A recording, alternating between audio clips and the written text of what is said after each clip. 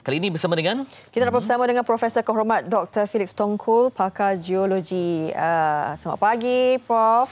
Selamat pagi para penonton.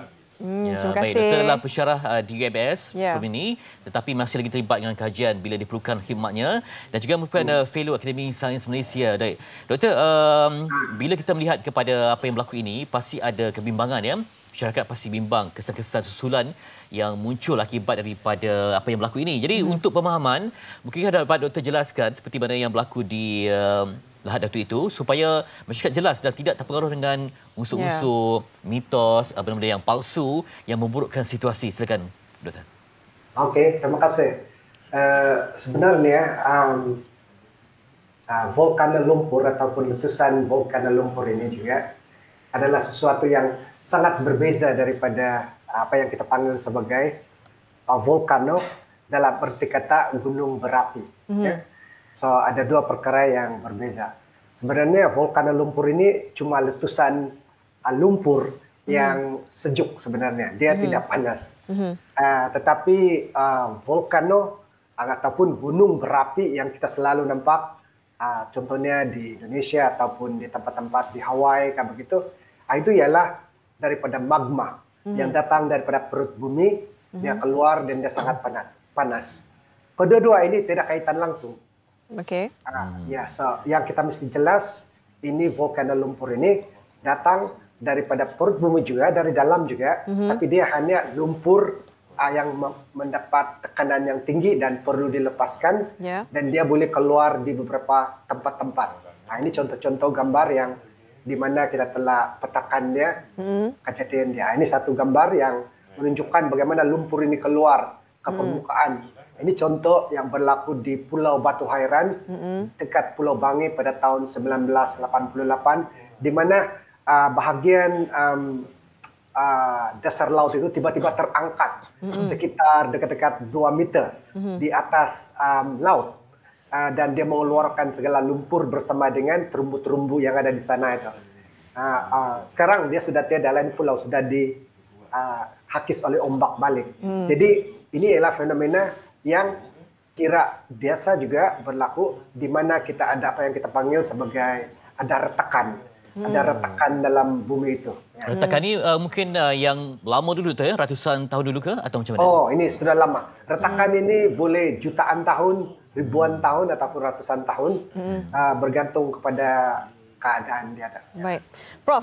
Bila video itu tular, kan ada yang bimbang dan sebagainya. Jadi bagaimana kita melihat negeri Sabah itu sendiri? Sebab ini mungkin bagi mereka yang sudah maklum, vulkan lumpur ini sudah banyak di Sabah, sekitar Sabah, banyak lokasinya dan pernah beberapa kali terjadi. Mungkin Prof boleh beri sedikit pemahaman berkenaan dengan geografinya di Sabah ini, kan? Okay. So, vulkan lumpur ini biasanya terjadi di mana kita mempunyai ini retakan-retakan dalam bumi ini, dan biasanya ada lumpur, ada bahan lumpur yang tebal yang terdapat di dalam perut bumi. Ya, jadi itu permulaan dia. Jadi bila mereka mengalami tekanan, lumpur ini akan keluar dan dia boleh terdapat di beberapa tempat di Sabah ini, seperti yang mungkin ada peta yang ditunjukkan itu, di mana kita boleh dapat di Kudat, kita boleh dapat di Kuala Penyu. Kuala Penyu itu kita boleh dapat beberapa yang kecil dan termasuklah Pulau Tiga. Pulau Tiga sebenarnya ialah vulkan lumpur yang terdiri daripada 3 pulau yang kecil. Ya. Dan begitu juga di bahagian timur Sabah, yaitu di Lahad Datu dan Pundak. Sandakan pun ada juga. Ya. So, memang ini boleh tertabur asal saja ada lumpur yang begitu mungkin tebal dalam itu dan perlu keluar sebab ada tekanan tertentu. Ya. Baik, Prof, adakah Malaysia ni kita berpotensi berisiko dengan gempa bumi ni, Prof? Sebab memangnya seperti yang kita nampak Raja tadi itu, memang kita dikelilingi oleh apa yang kita panggil sebagai lingkaran api. Nah, jadi lingkaran api ini yang sebenarnya yang volcano yang kita maksudkan ini, yang gunung berapi itu. Ya. Nah, jadi memang ada kaitan dengan gempa bumi. Di mana kita ada lingkaran api ini, di situ kalau kita tengok Raja seperti yang sekarang ditunjukkan di sini ini, kebanyakan kawasan di Semenanjung ini, walaupun tidak mendapat begitu banyak gempa bumi, tetapi banyak gempa bumi itu berlaku di Sumatera. Dan begitu juga kalau di Sabah dan Sarawak ini ada kaitan dengan Filipina pula. Dan ini semua permainan antara 3 plate bumi. Ini sangat-sangat penting untuk pahami, ada 3 plate bumi di sini yang sedang bertembung. Dan inilah yang menghasilkan tekanan itu. Kalau kita dengar tadi, tekanan dalam bumi. Apa yang menyebabkan tekanan ini ialah sebab ada ini plate-plate bumi yang sedang bergerak, dan bila mereka bertembung, dia akan menghasilkan mempatan. Dan bila mempat, biasanya ada tekanan meningkat dalam bumi itu. Dan tekanan ini perlu dilepaskan dari masa ke masa. Jadi, cara dia melepaskan dia ialah melalui 3 cara lah. Yang pertama itu, yang paling tidak begitu bahaya, ialah melalui volcano lumpur. Yang kedua, ialah melalui gempa bumi. Dan yang ketiga itu ialah melalui gunung berapi yang sangat bahayalah jadi ada 3 cara tekanan dalam bumi ini dilepaskan supaya keadaan bumi kita itu sentiasa dalam keadaan yang seimbang. Baik Doktor, bagi kawasan atau Filipina ke Indonesia yang terhampir, kita melihat kalau dulu macam berlakunya tsunami, kita pun terima tempias kan. Jadi kalau seandainya berlaku letusan yang kuat, apakah juga ada sisa ancaman kepada Malaysia, Doktor, melihat kepada apa yang berlaku itu? Ya, kalau gempa bumi ini berlaku di dasar laut, contohnya yang berlaku pada tahun 2004, ya gempa bumi itu berlaku di luar sedikit daripada pantai Aceh itu, maka boleh berlaku tsunami. Sebab tsunami biasanya berlaku apabila dasar laut itu tiba-tiba terangkat.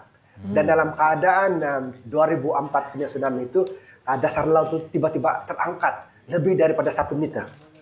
Mungkin pengangkatan ini kecil, lebih kurang 1 meter atau 2 meter saja, tetapi oleh kerana kita bercakap pasal seluruh laut itu yang terangkat, jadi jumlah air yang terangkat itu akan menghasilkan tsunami, dan sebab kita berdekatan dengan Sumatera di sana, jadi tsunami ini boleh masuk di kawasan Semenanjung. Ya. Okey, Prof. Saya percaya rakyat kita pun dah tengok kan video terbabit bagaimana vulkanik lumpur dah keluar, dan ini terjadi kalau kan 2014, 2019 macam 5 tahun, 2019 betul 2022. Dengan cuaca yang tidak menentu sekarang ni, Prof. Mungkin Prof ada sedikit ingin dikongsikan kepada rakyat bagaimana untuk menjaga keselamatan. Kan kita tak tahu apa yang terjadi dan sebagainya dengan keadaan sekarang ini. Cuba ulang sekali lagi, saya dapat tangkap yang first part itu. Tak, sekarang ini macam Prof katakan, ada 3 plate bertembung dan ada 3 cara, sama ada lumpur, gempa bumi ataupun gunung berapi. Kita dah lihat yang tular tu pernah juga terjadi pada 2014, 2019, ini 2022 yang lumpur tu. Sekarang cuaca pun tidak menentu, Prof. Jadi mungkin Prof ada sedikit nasihat kepada rakyat sendiri bagaimana untuk peka untuk menjaga keselamatan dalam keadaan sekarang ini. Kita tak tahu sebab kita pun akan menerima gegaran daripada gempa bumi, negara jiran dan sebagainya kan. Ya. Okey. Jadi sebenarnya kita perlu sentiasa berhati-hati. Sebab seperti yang diterangkan tadi, Malaysia atau negara kita ini tidak terkecuali daripada bahaya pelepasan tenaga ini. Of course, kalau berkaitan dengan vulkan lumpur itu, kita tidak perlu risau sangatlah itu. Sebab dia adalah fenomena yang paling kecil, walaupun dia sangat menarik, tetapi dia fenomena yang terdapat di situ saja, kecil. Yang kita risau ini ialah gempa bumi. Volcano gunung berapi kita tidak. Jadi tidak kemungkinan berlaku gunung berapi, walaupun satu ketika dulu berlaku gunung berapi di kawasan Tawau dan Ladatu, tapi sekarang itu sudah tiada sudah. So yang kita risau sekarang ini ya pasal ini gempa bumi, sebab dia masih aktif dan masih berlaku lagi. So untuk ini saya rasa yang paling penting sekali ialah rakyat kita sentiasa memahami kejadian gempa bumi ini. Betul. Jadi, ya. Dari segi morfologi kawasan pula bagaimana? Mungkin ada kawasan yang betul-betul dalam keadaan yang agak kritikal ke macam mana, Doktor? Iya. Kalau sekarang ini di seluruh Malaysia ini Sabah lah. Di Sabah yang kira kritikal lah. Sebab di sini memang terkenal dengan kejadian gempa bumi. Itulah perlu perhatian, persediaan yang khusus untuk kawasan Sabah ini. Doktor, dari segi teknologi, kalau dulu kita ada, sebelum tsunami berlaku, tak ada pun amaran tsunami ya. Sekarang ini mungkin teknologi dah berkembang maju. Apa mungkin lagi yang dapat membantu komunikasi rakyat supaya dapat tahu ini akan berlaku ancaman, ini mungkin akan berlaku risiko je, Doktor, untuk membantu kefahaman. Tsunami kita boleh ramal. Apabila berlaku, kita boleh nampak dia sebelum dia datang. Ini gempa bumi ini ialah sesuatu yang di luar kita punya jangkaan. Dia boleh berlaku secara tiba-tiba. Jadi arti dia itu kita sentiasa bersedialah. Tapi yang kita penting yang kita tahu, kejadian dia ialah berkala. Seperti yang kita biasa dengar, bila terkumpul tenaga ini dia perlu dilepaskan. Dia memerlukan beberapa tahun lagi untuk mengumpulkan tenaga ataupun tekanan itu baru terjadi lagi. Jadi kalau kita faham ini urutan ini dan kita tahu di mana kawasan risiko tinggi, maka kita perlu tumpukan perhatian di sana. Dan saya rasa, Prof, masih bersama dengan kami? Okey, Prof, gempa bumi boleh menyebabkan, mencetuskan tsunami. Macam kita tahu, kita pun berisiko dengan gempa bumi dan sebagainya. Bagi masyarakat di Kuala Muda, Kedah, mereka telah melalui fasa itu dan pastinya menjadikan iktibar. Tapi bagaimana pula kami yang mungkin rakyat yang tidak pernah mengalaminya, kan? Tapi masih lagi tidak peka, tak tahu apa persediaan, bagaimana, apakah yang menyebabkan tsunami, bagaimana. Macam tadi kita dengar mereka kata, air laut ditarik, surut dan sebagainya, kan. Jadi bagaimana, Prof? Sebaik-baiknya persediaan untuk masyarakat. Sebaik-baiknya pendidikan berkaitan dengan bencana tsunami ini perlu kita teruskan secara panjangannya, bukan setakat berlaku waktu itu saja, tapi sepatutnya pendidikan awam berkaitan dengan bencana ini diteruskan. Bukan saja di Semenanjung, tapi kita perlu juga buat di Sabah, khususnya di kawasan Sabah ini yang berisiko berkaitan dengan tsunami ini di kawasan Tawau. And of course, kalau berkaitan dengan gempa bumi ini, seperti dalam peta sekarang yang kita tengok ini, yang berwarna merah ini, ialah kawasan Lahadatu dan juga Ranau. Jadi pendidikan asas berkaitan dengan tsunami dan gempa bumi ini perlu ada dalam masyarakat dan perlu kalau boleh diterapkan dalam kurikulum kita. Kurikulum sekolah mungkin daripada sekolah kalau mungkin rendah terlalu mudah untuk faham. Sekurang-kurangnya di tingkatan rendah mereka sudah faham apa itu tsunami, apa itu gempa bumi, dan mereka tahu apa yang perlu buat sekiranya berlaku. Apakah tanda-tanda itu perlu dimaklumkan dari awal. Dan saya rasa ini tidak begitu susah untuk dibuat. Hanya kita perlu daktibar lah. Kita mesti membuatnya. Dan selain daripada itu juga, seperti yang dicakap tadi itu, perlu kita buat mungkin infrastruktur yang lebih bagus. Seperti macam tadi ada siren sudah, ada warning dia itu. Dan begitu juga untuk tsunami ini kita perlu ada pengukur paras laut dia, supaya setiap kali kalau ada perubahan paras laut, maka kita boleh dapat tahu laut itu dalam keadaan macam mana.